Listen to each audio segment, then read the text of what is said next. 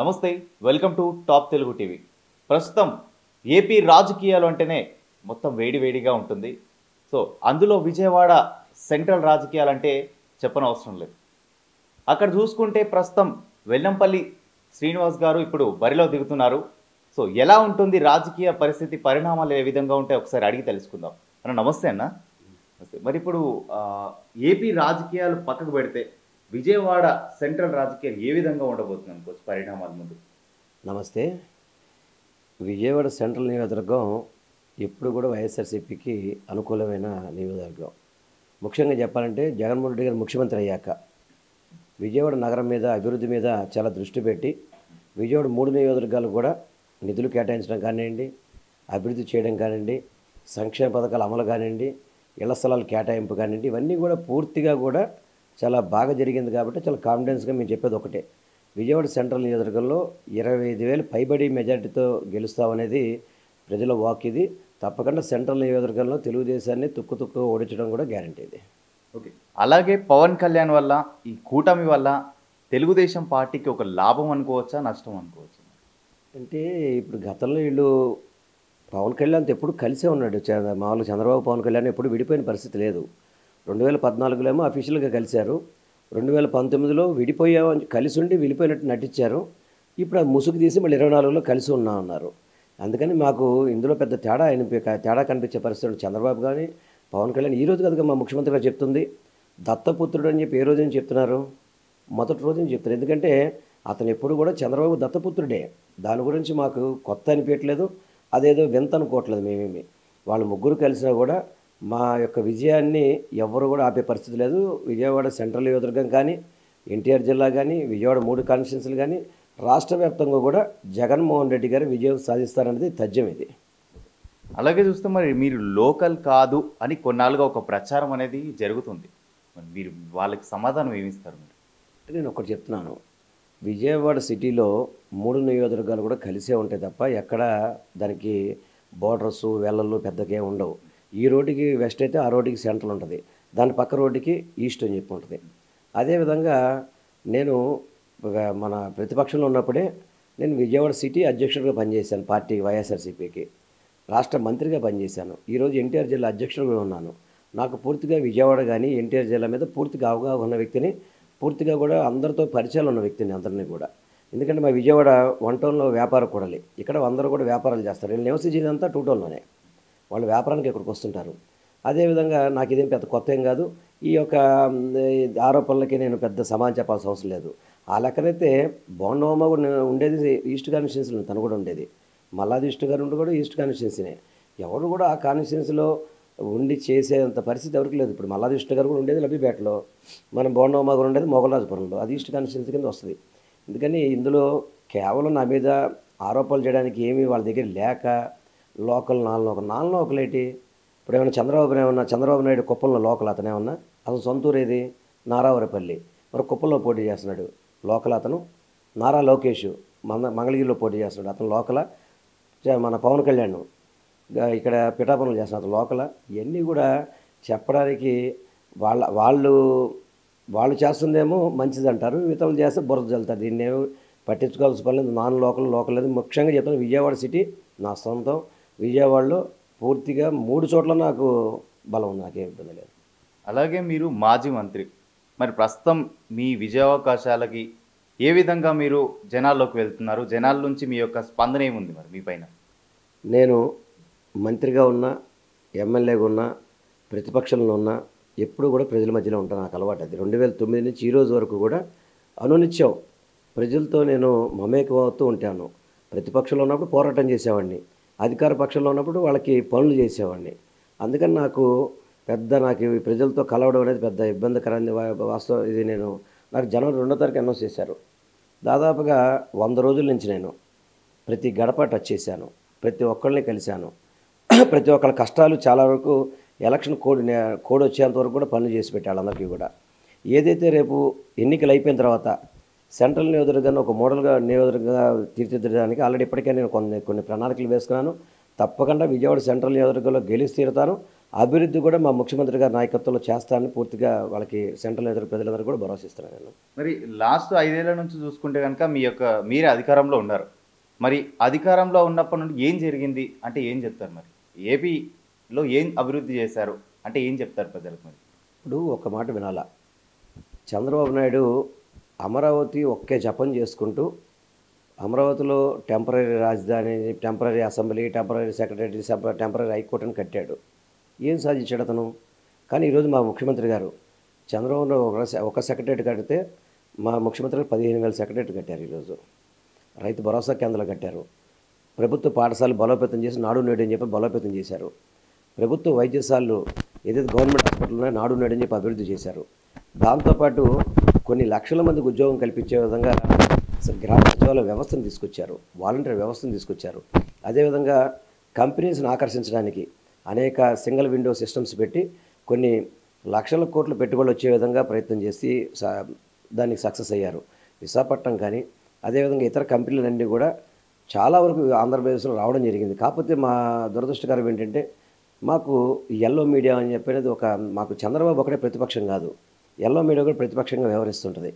అది ప్రతిదీ కూడా ఎల్లో మీడియా ఏం చేస్తుందంటే ప్రతి దాంట్లో కూడా వ్యతిరేకత చూపెట్టే విధంగా ప్రయత్నం చేస్తుంది తప్ప చంద్రబాబు 14 ఏళ్ళలో చేయలేని అభివృద్ధి కానీ సంక్షేమం కానీ మా ముఖ్యమంత్రి గారు చేశారని చెప్పని నేను గర్వంగా చెప్తున్నాను. అవసరం నారా లోకేష్ చర్చకు వస్తారంటే నేను సిద్ధంగా కూడా ఉన్న దాని మీద. మీరు దేవాదాయ శాఖలో ఉన్నప్పుడు మరి బ్రాహ్మణ సంఘాలు కూడా చాలా బాగా చేశారు, దేవాదాయ శాఖలు కూడా చాలా మంది ముందుకు తీసుకెళ్లారు అని చెప్పేసి కూడా చాలా మాటలు వినిపిస్తున్నాయి. మరి ఇప్పుడు కూడా గెలిచిన తర్వాత మీరు ఎలాగే కొనసాగిస్తారా? అంటే వాళ్ళ సపోర్ట్ అనేది ఉంటుందనే విధంగా వాళ్ళ మాటలు అయితే వినిపిస్తున్నాయి. మరి మీరు ఏ విధంగా ప్రోత్సహిస్తారు? నాకు మొట్టమొదటిగా దైవ చింతన ఉన్న వ్యక్తిని. మా నాన్నగారికి కానీ మా కుటుంబం అంతా కూడా దేవుడి మీద చాలా భక్తి భావాలతో పెరిగిన వాళ్ళం మేము అందరం కూడా. అదేవిధంగా దేవుడిని ఏదైతే అర్చకులు ఉంటారో బ్రాహ్మణులు ఉంటారో వాళ్ళందరూ కూడా మేము దైవ స్వరూపంగానే భావిస్తాను వాళ్ళందరినీ. ఎందుకంటే పురోహితులను గౌరవిస్తేనే మనకి గౌరవం దక్కుతుందని చెప్పి భావించే వ్యక్తిని కాబట్టి గౌరవ ముఖ్యమంత్రి గారు ఏదైతే వారు ఆదేశాలు జారీ చేశారో వంశపారపర అర్చకతలు ఇవ్వడం కానివ్వండి, అదేవిధంగా దేవాలయాల అభివృద్ధి కానివ్వండి, ప్రతి ఒక్కటి కూడా దేవాదాయ శాఖలో గతంలో ఎన్నడూ ఎవరూ చేయలేని విధంగా నేను నా ఆయంలో జరిగిందని చెప్పి గర్వంగా చెప్పుకోగలుగుతాను. ముఖ్యంగా దానికి ఒక ఎగ్జాంపుల్ ఒకటే, ఆంధ్ర రాష్ట్రంలో అనేక మంది ముఖ్యమంత్రులు పనిచేశారు. చంద్రబాబు 14 సంవత్సరాలు ముఖ్యమంత్రి చేశాడు. మా కనకదుర్గమ్మ తల్లి దేవాలయానికి ₹1 నిధులు ఇవ్వాల. ఈరోజు 70 కోట్లు ప్రభుత్వ నిధులతో దాన్ని అభివృద్ధి చేస్తున్నాం. అది మా ముఖ్యమంత్రి గారి యొక్క ఆధ్వర్యంలో. అది నేను గర్వంగా చెప్పుకోగలుగుతాను. అదేవిధంగా దేవాలయాలు రాష్ట్ర వ్యాప్తంగా అనేక దేవాలయాలు, కాణిపాకం దేవాలయం ఉంది. నేను మంత్రిగా ఉన్నప్పుడే దాన్ని అంటే మామూలుగా గుడి అంతా శిథిలావస్థ అయితే దాన్ని అంతా కూడా పడేసి నూతన దేవాలయం నిర్మించాము. అదేవిధంగా దాన్ని శంకుస్థాపన చేశాను. ప్రారంభోత్సవం కూడా మా ఆయంలో జరిగింది. అది నా యొక్క పనితీరు. అదేవిధంగా అనేక రకాల దేవాలయాలు చేశాను. అంటే ఏదైతే దేవాదాయ శాఖ మంత్రిగా నేను బాధ్యతలు తీసుకున్నానో అది సక్రమంగా నిర్వహించాలని మాత్రం నాకు సంతృప్తి ఉందని మీ అందరికీ తెలియపరుచుకున్నాను. లాస్ట్ అండి, మరి ఏపీలో చూసుకుంటే యువతకు ఉపాధికి సంబంధించి ఎక్కడేసిన గొంగడు అక్కడే ఉన్నట్టుగా అనే ఒక మాట అయితే ఉన్నది. మరి ఏ విధంగా చూస్తుంది? మరి సార్, ఒకటి యువతకి చంద్రబాబు నాయుడు బాబు వస్తే జాబ్ వస్తుంది కానీ, ఇంటికో ఉద్యోగం అని కానీ, నిరుద్యోగ వృత్తి అని కానీ ఇవన్నీ కూడా గతంలో చంద్రబాబు 2014-19 వరకు చేశాడు. కానీ ఎప్పుడైనా జరిగింది అటువంటిది చేయగలిగాడు అతను. అదేవిధంగా ఈరోజు జగన్మోహన్ రెడ్డి గారు ఒక పక్క ప్రభుత్వ ఉద్యోగాలను ఇచ్చుకుంటూ ఇప్పుడు సచివాలయ వ్యవస్థను పెట్టి లక్షల మందికి ఉద్యోగాలు కల్పించాడు ఈరోజు. అదేవిధంగా ప్రైవేటు ఉద్యోగాలు కానివ్వండి, అనేక రకాలుగా అవుట్సోర్సింగ్ ఉద్యోగాలు కానివ్వండి, కాంట్రాక్ట్ బేస్ ఉద్యోగాలు కానివ్వండి, ప్రభుత్వానికి అవకాశం ఉన్నంత వరకు యువతకి ఉపాధి కల్పించాడు. అదేవిధంగా ఈరోజు 45 ఏళ్ళ దాటిన ప్రతి మహిళ కూడా వాళ్ళ సొంత కాళ్ళ మీద ఉంచోవాలని చెప్పని బీసీ, ఎస్సీ, ఎస్టీ మైనార్టీలకి అయితే కనుక చేయూత్ అని చెప్పని ₹18,000 ఇచ్చి వాళ్ళకి వ్యాపారం చేసుకోవడానికి ఆర్థిక సహకారం చేస్తున్నాడు. చేదోడు అని చెప్పని ఎవరైతే చేతి వృత్తులు మామూలు చేసే వాళ్ళ రజకులు కావచ్చు, నాయ బ్రాహ్మణులు కావచ్చు, ప్రతి ఒక్కరు కూడా ప్రభుత్వం సహకారం అందించి వాళ్ళ వృత్తుల్ని గౌరవిస్తూ యువతకు ఉపాధి కల్పించే విధంగా వాళ్ళకి రోజువారీ వడ్డీలతో ఇబ్బంది పడకుండా ప్రభుత్వం వాళ్ళకి తోడుండే విధంగా అనేక రకాలుగా చేస్తున్నాడు. కాబట్టి ఈరోజు జగన్మోహన్ రెడ్డిగా 175 నియోజకవర్గాలు గెలుస్తామని చెప్పి మేము కాన్ఫిడెన్స్గా చెప్పగలుగుతున్నాం. ఎందుకంటే యువతకి ఎక్కువ ఉపాధి కల్పించింది కానీ ఉద్యోగాలు కల్పించింది మా ముఖ్యమంత్రి గారు, మా జగన్మోహన్ రెడ్డి గారు అని చెప్పి నేను గర్వంగా కూడా చెప్పగలుగుతాను. లాస్ట్ కొన్ని రోజుల ముందు చూశాను నేను, ఖచ్చితంగా ఈసారి నేను 25,000 పైచీల కోట్లతోనే నేను జగన్మోహన్ రెడ్డి గారికి ఈ కాన్స్టిట్యున్సీని బహుమతిగా ఇస్తున్నానని చెప్పేసి ఒక మాట అన్నారు. మరి అది నిజం అవుతుందంటారా? పక్కాగా. ఎందుకంటే దాదాపు 3 నెలల నుంచి నేను ప్రతి గడపకి వెళ్తున్నాను. ప్రతి ఇంట్లో కూడా జగన్మోహన్ రెడ్డి గారి ద్వారా లబ్ధి పొందిన వాళ్ళు చాలామంది ఉన్నారు. ప్రతి ఒక్కరికి, చిన్నపిల్లలకైతే అమ్మఒడి కావచ్చు, పెద్దవారికైతే పెన్షన్లు కావచ్చు, అలా ప్రతి ఒక్కటి ఇచ్చారు. దాదాపు సుమారుగా 35,000 కుటుంబాలకి ఇళ్ల స్థలాలు కేటాయించారు. సుమారుగా 5 లక్షల రూపాయలు, 6 లక్షల రూపాయలు, కొన్ని అయితే 10 లక్షల రూపాయలు ఉన్నాయి. 50 గజాల స్థలాలు ఇవన్నీ కూడా. ఇంతవరకు గతంలో ఎవరు చేయలేదు ఇవన్నీ చేసి గతంలో జగన్మోహన్ రెడ్డి గారు ఏ విధంగా పరిపాలన చేస్తారని చెప్పి ఓటేశారు. కానీ ఈరోజు జగన్మోహన్ రెడ్డి గారు బాగా చేశారని చెప్పి ఓటేస్తారు కాబట్టి నాకు ఆ పూర్తి నమ్మకం ఉంది. 25,000 పైబడి మెజార్టీ ఉంటుంది తప్ప ఏమాత్రం తక్కువ ఉండే పరిస్థితుల్లో తప్పకుండా సెంట్రల్ నియోజకవర్గంలో వైసీపీ జెండా ఎగరేయడం ఖాయం. వైసీపీకి ఎమ్మెల్యేగా మంచి మెజార్టీతో గెలవడం ఖాయం. మా ఎంపీకి కూడా మంచి మెజార్టీ వచ్చేది మంచి అవకాశం ఉందని మాత్రం నేను మీ అందరికీ తెలియపరుచుకున్నాను. గతంలో టీడీపీ హయాంలో ఉన్నప్పుడు కావచ్చు దేవాలయాలు కూల్చడం జరిగింది, మరి దుర్ఘటనలు కూడా చూసామండి. మరి మీరు అధికారంలోకి వచ్చిన తర్వాత ఏం చేశారనుకోవచ్చు? ఒకటే, మా రోజు పుష్కరాల వంకతో చంద్రబాబు నాయుడు విజయవాడ నగరంలో అనేక దేవాలయాలు కూల్చడం జరిగింది. దాంతోపాటు కొన్ని దేవాలయాలను అయితే మేము అడ్డుకోగలిగాం. గోవులు కూడా నీళ్ళు లేకుండా కూడా చేశాడు చంద్రబాబు నాయుడు. మా కెనాల్ రోడ్డు వినాయకుడి టెంపుల్ కూడా అది కోల్చిపోతుంటే అప్పటి నుంచి మేము యాక్చువల్లీ నేను 2 డేస్ ఊళ్ళో లేను. వచ్చిన వెంటనే వాటిని అడ్డుకున్నాము. వాటిని అడ్డుకున్న తర్వాత మళ్ళీ ఎక్కడ టచ్ చేయకుండా ఆ రోజు స్వామీజీలందరితో కూడా కల్పించి ధర్నా కూడా చేయడం జరిగింది. కానీ ఇది ఒక బాధ్యత తెలుగుదేశం ఒకటే కాదు, తెలుగుదేశం, బీజేపీ, జనసేన 3 కూటమిలో ఉన్నాయి. ఆ రోజు దుర్మార్గంగా దేవాలయాలు కూల్చేసి అక్కడ బాత్రూములు కట్టాడు అక్కడ. నేను మాత్రం మా ముఖ్యమంత్రి గారు ఆ రోజు మాట ఇచ్చున్నారు, తప్పకుండా నేను వాటిని పునర్నిర్మిస్తామని చెప్పని.